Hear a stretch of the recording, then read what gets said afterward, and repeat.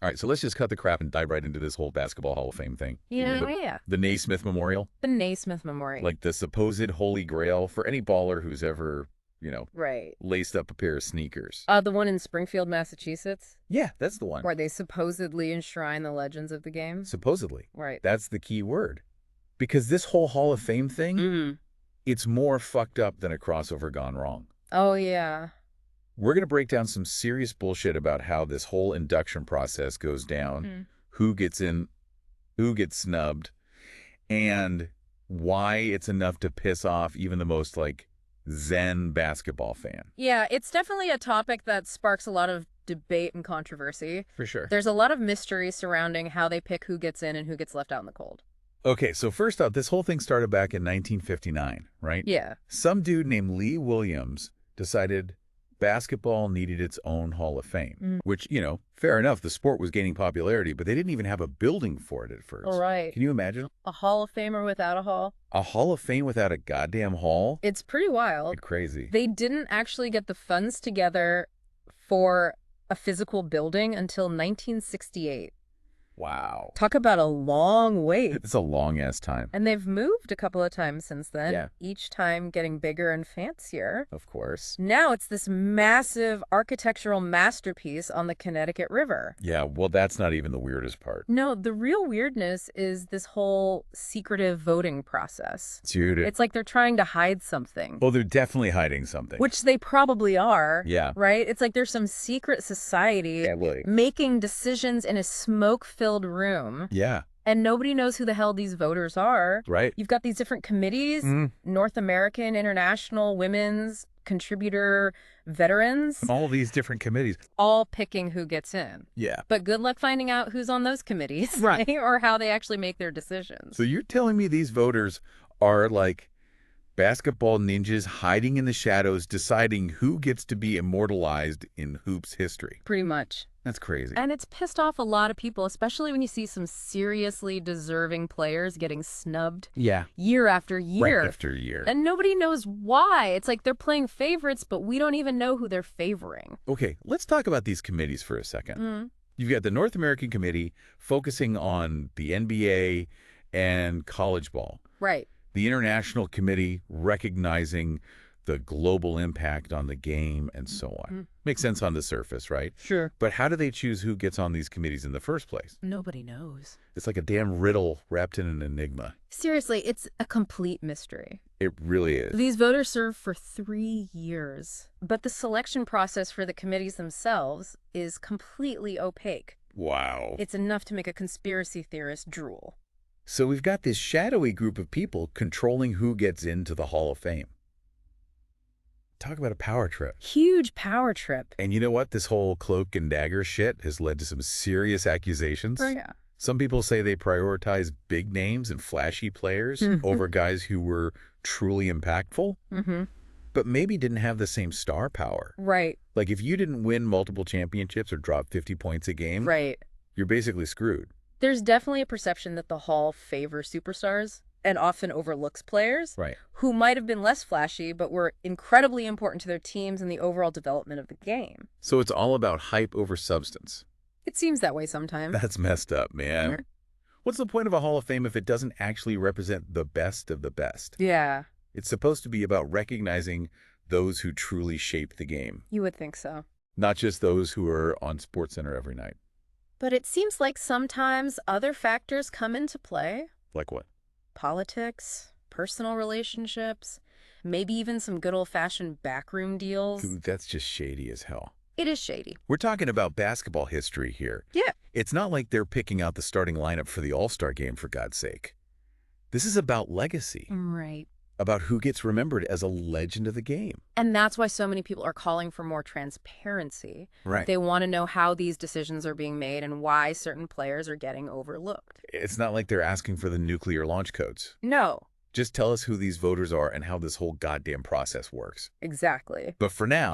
the secrecy continues. Secrecy continues. Which only adds fuel to the fire of controversy and speculation. And that leads us to some blatant examples of, let's just call it what it is, Hall of Fame fuckery. Oh, yeah. There are plenty of cases where deserving individuals Oh, yeah. have been snubbed or completely ignored. Totally. And we're going to get into some of those head-scratching cases. We're going to get into it in a bit. Let's start with the 24-second shot clock. Okay. You can't argue that it didn't revolutionize the game. For sure. But did you know there were two guys who developed it? Uh-huh. Leo Ferris and Danny Biasone.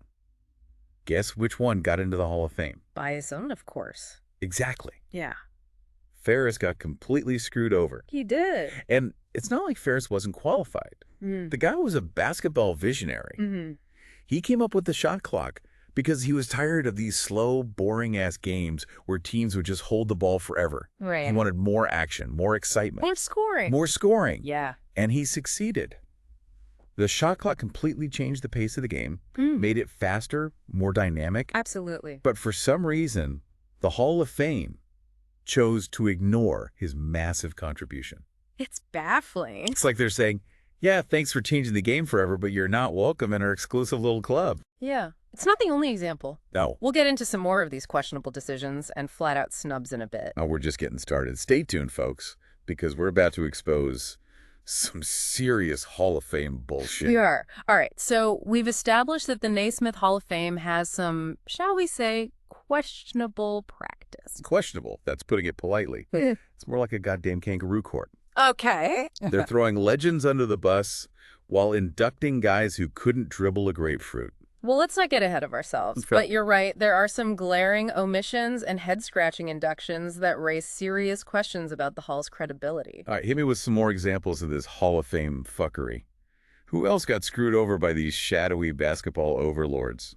Well, let's talk about Ken Anderson. Okay. This guy has the third highest winning percentage for all college basketball coaches in history. Damn. He led 3 different schools to the NCAA tournament. Okay. But guess what? No Hall of Fame invite for him. Wait, seriously? The guy's practically a coaching god, and he can't even get a sniff of the Hall. Nope. What the hell is wrong with these people? It's mind-boggling. It really is. And then you have guys like Eddie Sutton. Okay.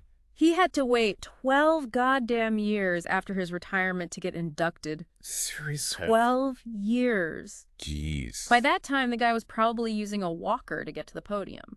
It's like they're doing him a favor by letting him in. Oh, you're old and decrepit now.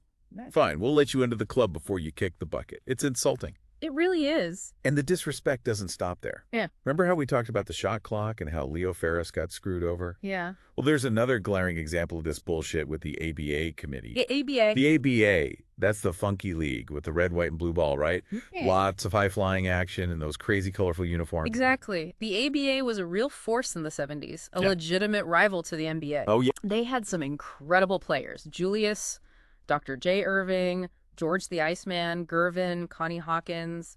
These guys were pioneers, innovators who changed the way the game was played. And the ABA had that awesome slam dunk contest way before the NBA even thought about it. That's right. Those guys were putting on a show. No doubt about it. But when the ABA merged with the NBA in 1976, it seemed like the league was just swept under the rug. Right. And for years, many of its stars were overlooked by the Hall of Fame. So they create this ABA committee to supposedly rectify this historical injustice, right? Finally give those ABA legends their due. That was the idea. Yeah. But here's the kicker. What's the kicker? The ABA committee was only active for 5 years. Get out of here. They shut it down in 2015, claiming they had fulfilled their purpose. Fulfill their purpose. Bullshit. There are still tons of deserving ABA players and coaches who haven't gotten their shot. Right. What about guys like Roger Brown, who was a 4-time ABA All-Star and was even compared to Michael Jordan by some... Or Billy the Hill McGill, who was a dominant force in the ABA and played with some of the greatest players of all time. Right. These guys deserve to be in the Hall. The short lifespan of the ABA committee raises questions about whether it was truly committed to recognizing the full breadth of talent from that league or just trying to appease critics with a few token inductions. Right. It's like they said, okay, we've inducted a few token ABA guys. Yeah. Now let's get back to focusing on the real stars, the NBA players. Exactly. It's like they're trying to erase the ABA from history. It kind of feels that way. And that's not just disrespectful to the players and coaches. It's an insult to the fans who love that league and who still cherish its legacy. I agree. I mean, the ABA brought a whole new energy to basketball. It was fast-paced, flashy, and full of personality. Absolutely. The ABA was a vibrant, exciting part of basketball history, and it deserves to be recognized and celebrated, not brushed aside like some embarrassing footnote. It's sad. The fact that the Hall of Fame hasn't done more to honor the ABA's legacy is a real shame. It's a damn shame. And it's further proof that the Hall of Fame is more concerned with politics and appearances than with actually honoring the game's true history. They pick and choose who they want to remember, and if you don't fit their narrative, you're basically screwed. Well, what do you expect when you have a bunch of anonymous voters making decisions behind closed doors? It's true. It's a recipe for disaster. Right. No accountability, no transparency, just a bunch of shadowy figures deciding who gets to be immortalized in basketball history. They need to open up the process, let the fans have a say, and stop playing these shady games. Until then, the Basketball Hall of Fame will always be tainted by this stink of fuckery. Couldn't agree more. The current system is just begging for controversy and accusations of bias. Yeah. And honestly, it's taking away from what should be a celebration of the game and its history. So we've talked about players and coaches who've been snubbed. Yeah. But what about the other folks who contribute to the game? The referees, the trainers, the general managers, the folks who work behind the scenes to make it all happen. You're right. The Hall of Fame tends to focus heavily on players and coaches. Right. But there are so many other people who are essential to the game. Totally. And their contributions often go unrecognized. For example, what about the referees? They're out there every night making tough calls, trying to keep the game fair and safe. They have to deal with screaming players, angry coaches, and thousands of fans breathing down their necks. Right. It's a high-pressure job, and they deserve some respect. Absolutely. Referees play a crucial role in the game, but they're often treated like the bad guys. They get blamed for everything. Right. But they rarely get the recognition they deserve. It's true. And while there have been a few referees inducted into the Hall of Fame, it's definitely not enough. And what about the trainers? These guys are like miracle workers, patching up players, keeping them healthy, and helping them perform at their best. Right. They're the unsung heroes of every team, but they're rarely in the spotlight. You're right. Trainers play a vital role in a player's success. I think so. But their contributions are often overlooked. They spend countless hours working with players, rehabilitating injuries, and making sure they're in top physical condition. Yeah. And yet they rarely get the credit they deserve. And let's not forget about the general managers. Yeah. These guys are responsible for putting together the teams, making trades, drafting players, and managing the whole damn operation. Right. They're the architects of success, but they often get overshadowed by the players and coaches.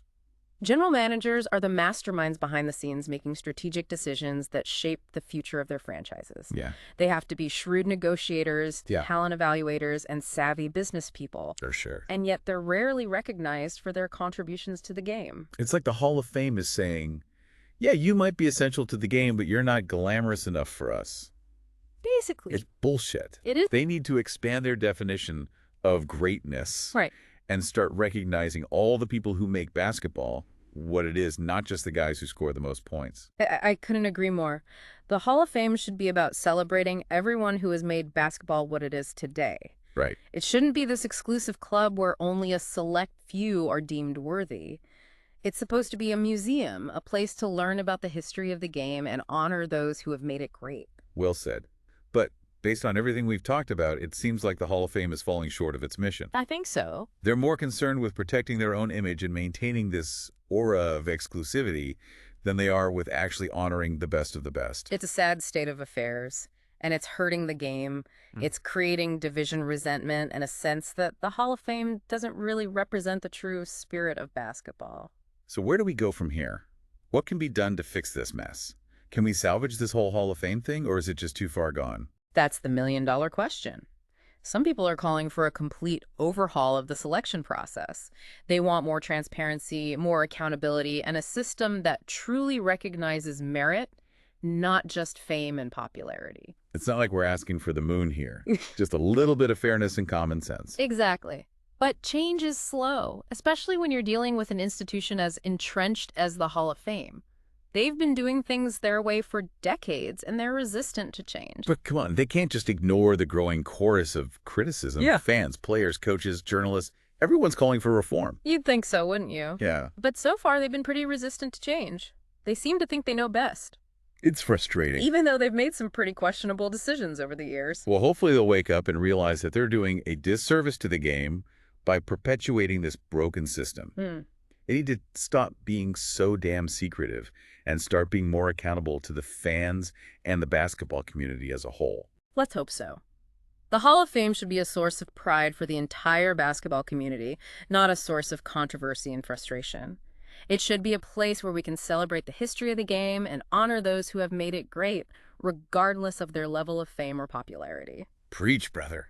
Now let's wrap up this part of the deep dive. Sounds good to me. We've covered a lot of ground and there's still more to discuss. Okay, so we've ripped apart this whole Hall of Fame mess, exposed the bullshit, and called out the injustices. But what's the point of all this bitching and moaning? What's the bigger picture here? Well, it makes you think, doesn't it? Yeah. What is the true purpose of a Hall of Fame? Is it just about recognizing individual greatness, or is there something more to it? Yeah, I mean, on the surface, it seems pretty straightforward. You put the best of the best in a special club, give them fancy jackets, and call it a day. But when you dig deeper, it gets a lot more complicated. Exactly. It's about legacy, about shaping how we remember the history of the game. It's about inspiring future generations, showing them what's possible, and honoring those who paved the way. But is the Naismith Hall really doing that? Or has it become more about exclusivity, about creating this elite club that's more concerned with its image than its true purpose? Yeah, I see what you're saying. It's like Yeah. they've lost sight of the heart and soul of the game. They're so focused on controlling the narrative, on deciding who's in and who's out, that they've forgotten what it's all about. Right. It's become this popularity contest where personal connections and political maneuvering seem to matter more than actual merit, and that sends a dangerous message. It tells kids that it's not enough to be talented and work hard. You also have to play the game, kiss the right asses, and maybe even bend the rules a little. And that's a fucked up message to send, especially to young athletes who are looking up to these Hall of Famers as role models. Oh, yeah. What happened to the values of sportsmanship, integrity, and fair play? It's a slippery slope when you start prioritizing image over substance, and it undermines the credibility of the entire institution. If people can't trust that the Hall of Fame is truly recognizing the best of the best, then what's the point? So what's the solution? How do we fix this mess and make the Hall of Fame something we can all be proud of again? Well, it's not going to be easy. The Hall of Fame is a powerful institution with a long history and a lot of entrenched interests. But if they want to regain the trust of the fans and the respect of the basketball community, they need to make some serious changes. Yeah, they need to stop being so damn secretive and start being more transparent. Open up the voting process, let the fans have a say, and maybe even create a system of checks and balances to prevent any one person or group from having too much power. Exactly. Let's have a fan vote, a media vote, maybe even a vote by former players. Right. And let's make the criteria for selection clear and objective, so it's not just based on subjective opinions or personal biases. And let's not forget about all the folks we talked about earlier. The referees, trainers, general managers, and all the other people who work tirelessly behind the scenes to make the game happen. They deserve to be recognized too. Absolutely. Let's expand the Hall of Fame's scope and create new categories to honor these unsung heroes. Let's make the Hall of Fame a true reflection of the game's rich history and diverse community. Let's make it something that truly honors the spirit of basketball and inspires generations to come. Damn right. Because at the end of the day, basketball is more than just a game. It's a story of passion, dedication, teamwork, and overcoming adversity. It's about those magical moments on the court that stay with you forever. It's about those no-look passes, those buzzer-beating shots, those thunderous dunks, and those unforgettable rivalries. Yeah. It's about the players, the coaches, the fans, and everyone who contributes to making the game what it is. And the Hall of Fame should be a celebration of all that. It should be a place where we can relive those memories, honor the legends, and learn from the past. Well said. It's time for the Hall of Fame to step up and fulfill its true potential. All right, folks. That's it for this deep dive into the Basketball Hall of Fame.